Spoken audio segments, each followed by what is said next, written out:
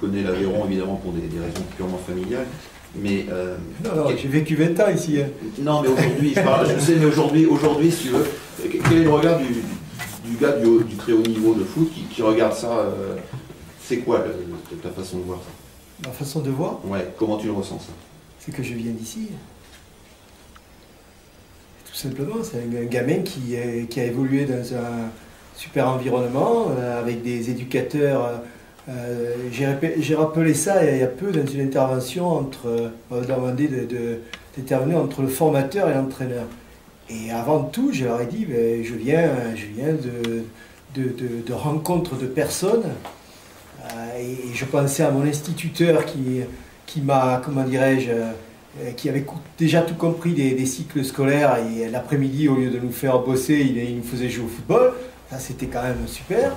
Après, j'ai un censeur à Villefranche-de-Rouergue qui adorait le sport, et le sport passait avant. C'était un moyen d'éducation, donc je veux dire, ce sont des gens qui m'ont beaucoup marqué. Donc après, bon, bien sûr, j'ai eu l'évolution footballistique que tout petit Aveyronnais avait, et donc ça fait partie de ma construction. Et j'espère que effectivement, ce qu'ils sont en train de mettre en place, effectivement, va faire vivre le football mieux dans l'Aveyron, mais aussi faire émerger un ou deux gamins. Et voilà, ça fait partie de... L'élite vient que de là. Bon, il y a effectivement une masse, il y a le jeu, et je pense que de dissocier justement l'animation, la compétition et l'élite, c'est déjà une démarche... pour nous, moi, quand je suis arrivé, ça m'a un petit peu, qui vient du haut niveau, ça m'a un peu choqué. J'ai dit, pour moi, tout est la compétition. Ouais. Puis en réfléchissant, en disant, non, en fait, il y en a qui ont envie de faire du football pour se faire plaisir. Ils ont le droit aussi d'exister, de vivre. Bon, voilà, et tout ça fait qu'on peut vivre ensemble. Je pense au futsal aussi, qui est un moyen par exemple, dans l'école ou même qui est un moyen extraordinaire du jeu. Quand on sait que combien de joueurs... de grands joueurs viennent de ce milieu-là, notamment au Brésil, l'Amérique du Sud, l'Espagne. Nous, c'est pareil.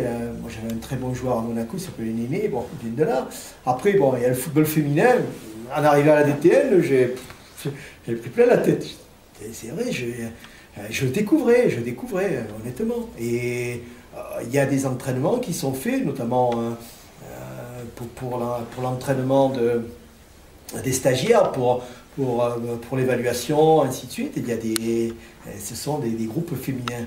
Quand on les voit travailler, on se dit, c'est du bonheur, franchement, c'est du football, c'est beaucoup de passion, beaucoup d'amour, tout un tas de choses.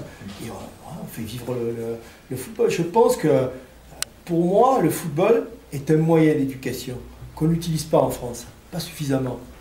Et j'ai d'ailleurs... comment dirais-je, il y a des études qui ont été faites dans les pays anglo-saxons qui estiment que c'est le sport le plus adapté justement à l'éducation, à l'épanouissement de l'enfant. C'est quand même c'est un outil extraordinaire. Et je me dis, bon, voilà, ça rentre dans ce cadre-là. Est-ce que le haut niveau est vraiment coupé de cette base en fait? Pas tant que ça. Toi, quand tu vivais tes expériences, je sais pas... Mais effectivement. Même si, moi je viens de là-bas, donc, mais on vient tous de là. Quand tu réfléchis, on vient tous de là. Ouais. Même si même le gars, à 12 ans, il a été repéré et tout, mais il y a quand même des choses qui ont été faites avant. Bon. Après, c'est vrai que le haut niveau, actuellement, on a une image un peu nébuleuse, et c'est dommage parce qu'en fait, il faut que... heureusement qu'il y a ce match dont je viens de parler, France-Ukraine, qui redore un petit peu le blason et qui montre la voie dans laquelle on doit aller. Et c'est ça le football, c'est ce que le football qu'on aime tous, quoi. C'est les valeurs que propose le football. Mais je pense que, oui, effectivement, je ne peux pas te dire que nous, on a un œil sur les amateurs et tout. En fait, c'est l'inverse. Mais c'est aussi ça qui fait que le football grandit. C'est que les amateurs, ils ont envie de regarder le football pro avec un regard de bienveillant, mais aussi de vouloir atteindre. Je pense que dans tous les métiers, c'est la même chose. le football, il n'y échappe pas. Non, mais c'est vrai que le milieu pro, bon, la Coupe de France vient de nous le rappeler, tu vois. Ouais. Non, mais c'est quand même tous les ans accessible. Tu les vois avec leur casque, ils sont dans leur univers, ils s'entraînent, ils rentrent chez eux. Là, mais si tu parles du. Moi, je te parle de D1. Tu parles du joueur. Du joueur, tu parles du joueur de D1. La pression sur les épaules, le président qui veut gagner, les sponsors qui veulent gagner. Sauf que je viens de te dire, je te rappelle, il y a une compétition qui est extraordinaire, c'est la Coupe de France, qui te rappelle tous les ans, qui a des amateurs, et puis qui peuvent te taper à tout moment. Et début janvier, donc plus mauvais moment. Et moi j'adorais ce moment. Même que ça m'est arrivé de prendre de bonnes claques. Et bon, mais c'est ça le football. C'est ça le football. Par contre, il faut pas aller non plus dans la caricature. C'est-à-dire, parfois, on est pour le petit absolument, donc la presse, tout le monde s'y met, quoi. Non, faut pas non plus, quoi. Je veux dire, on est ensemble. On est ensemble. C'est la même famille. Si ce n'est que il faut quand même savoir que chaque fois il y a des surprises, et de ces surprises naissent des élévations, des gens qui, vous en avez eu dans l'Aveyron, des gens qui, hop, ça a été propulsé. Ça t'arrange bien quand Rodez va jouer à Rennes. Voilà, c'était mieux qu'à Polignon. Hein. J'ai préféré. Ouais. Et en plus, je veux dire, si tu me rappelles ce match-là, je vais te dire comment on a marqué les buts.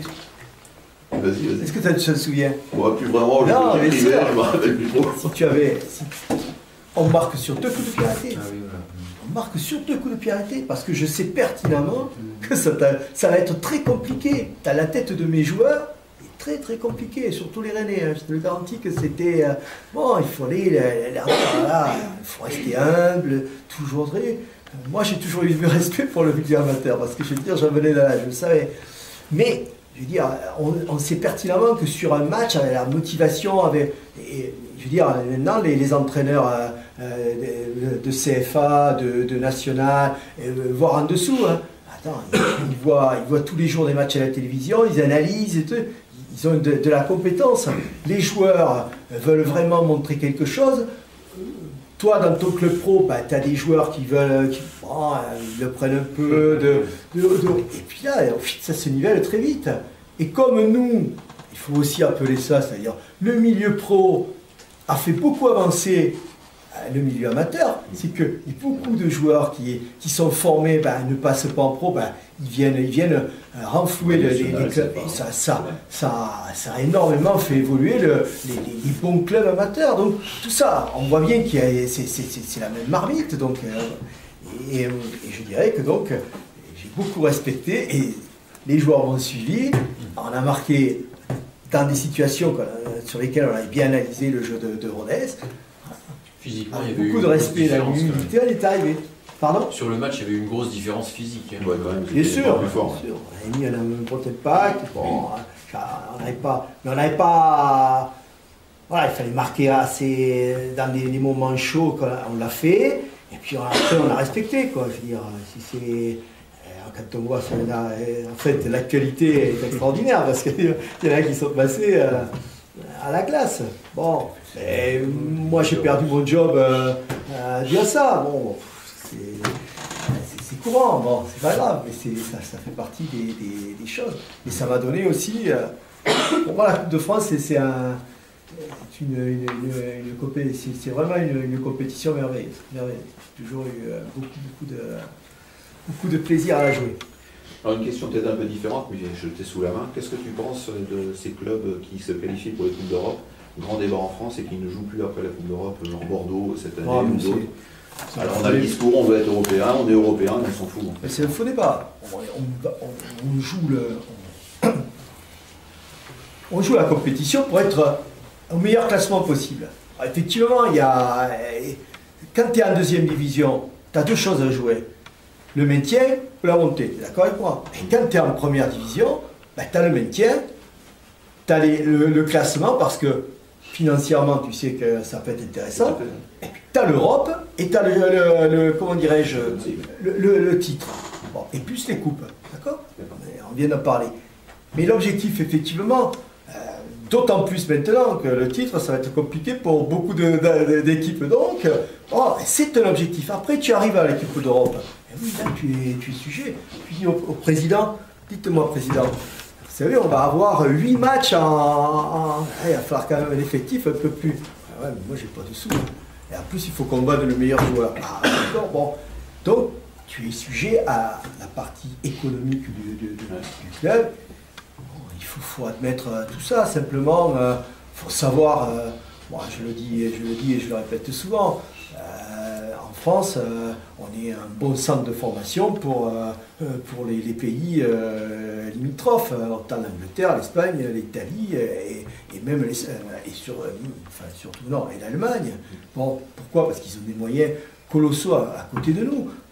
Voilà, quand tu t'aperçois qu'on a 250 joueurs, même plus, tu sais qu'on est quand même le 2e pays au monde exportateur de football. C'est-à-dire, les joueurs français hors de nos frontières, c'est ceux qui jouent le plus après le Brésil dans les équipes premières de tous les pays. C'est la Yougoslavie des années 70-80, tu vois. Donc il faut être conscient de ça. Donc tu remets ça sur le débat dont tu parlais, c'est-à-dire la Coupe d'Europe. Il faut être aussi lucide. Tu joues la Coupe d'Europe, ouais, mais tu perds de l'énergie, tu perds des trucs. Moi sincèrement, j'ai toujours joué. J'ai essayé toujours de la jouer. Bon, mais tu sais qu'à un moment, tu arrives à Sochaux, tu gagnes contre Dortmund, c'est bien, fantastique, tout le monde est heureux. Tu joues contre l'Inter, tu perds pas, mais tu passes pas. Mais ça te permet aussi. Que j'ai une intervention à faire là-dessus d'ailleurs. Et ça te permet peut-être, grâce à cette défaite, ça te permet de gagner la Coupe de la Ligue après. Comme Bordeaux l'année dernière, s'ils ne se font pas éliminer au moment où ils se font éliminer, la Coupe de France, je ne suis pas sûr qu'ils puissent la gagner. Parce que tu perds de l'énergie, tu perds beaucoup de choses. Voilà, tu as ce deal-là. Nous, on aura des clubs actuellement qui vont être performants en Coupe d'Europe. Ce seront les clubs les plus riches comme Paris Saint-Germain ou Monaco, c'est évident. Après, c'est de la fatigue, mais c'est de l'expérience aussi, j'imagine. Les matchs contre exactement. Dortmund, c'est-à-dire, tu prends de l'expérience. De là à mettre une équipe B, non, mais tu peux faire rentrer 1 ou 2 jeunes dans un match. Alors, comment tu juges le discours de Gillot, qui est quand même extrêmement pessimiste? Il a fait une interview qui était dramatique, enfin aussi bien pour l'image qu'il a du sportif que pour le club, en disant bon, j'ai pas d'équipe, donc moi l'UEFA ça m'intéresse pas, le public ne vient pas dans le stade, c'était ses propos. Ça glace quand même un petit peu l'esprit sportif, je sais pas, ouais. Je vais perdre. Si je le connais bien, j'ai travaillé avec lui à donc... Quelque part, c'est un peu une caricature du sportif sur ce moment-là. Tu te dis, bon, écoute, le Coco, on va faire autre chose, laisse tomber. Non, mais il a dit un petit peu ce qu'il pensait sur le moment, mais parce qu'il est un peu en déprime à ce moment-là. Voilà, il a bon, mais là, à sa décharge, il faut reconnaître, si vous jouez... Mais tu peux pas avoir ce discours-là, même après tes joueurs, tu peux pas le faire. Mais même, on peut pas l'avoir par rapport à vous. Même par rapport à ses joueurs. Il faut pas dire à tes joueurs, bon, on est au cœur, on va gagner. C'est vrai. Allez, on rentre à la maison. Vis-à-vis de la France aussi, parce que le coefficient, on a fait l'indice UEFA aussi. Ah mais là c'est plus dramatique. Là c'est le problème. Ça c'est vrai. Quand Giroud disait, on se foutait de sa gueule, Giroud, quand il disait il faut gagner parce qu'on gagne des points à l'UEFA et tout ça. Tout le monde disait ouais, on sait bien qu'il joue pour lui, pas pour les points UEFA. Ouais, sauf que c'est sûr qu'il joue pour lui, ça c'est vrai, il joue pour Auxerre, mais c'était bon pour la France aussi. Donc dans la mesure où on a un socle d'idées communes, il faut en profiter. C'est toujours l'amateur et le professionnel, les clubs UEFA avec le football français. Il faut que tout apporte pour le football français. Malheureusement, actuellement, on est dans une logique économique qui bouleverse beaucoup de problèmes. Il n'y a pas que nous qui sommes confrontés à ces problèmes-là. Faut pas. Nous, on arrive en France parce que. Mais on se plaint maintenant. On a tous connu. Vous êtes jeunes, vous n'avez pas connu les années 70. Hein. Moi, j'étais comme un fou quand Saint-Étienne battait parce que c'était le renouveau du football français. On se faisait taper par tout le monde. Hein. Donc, il ne faut pas non plus. Voilà, on sait pertinemment qu'on remet tous les footballeurs français dans le championnat de France. sera une autre musique quand même. Hein. Voilà, donc il faut être bon, voilà. Mais par contre, effectivement, le dialogue doit peut-être donner des arguments différents aussi. Éviter la déprime. Voilà, la déprime. Bon, mais il est un peu déprimé. Ah oui, il était grave quand même. Mais c'est vrai qu'il y a des fois tu es un peu dépité, tu vois, parce que tu vois pas le.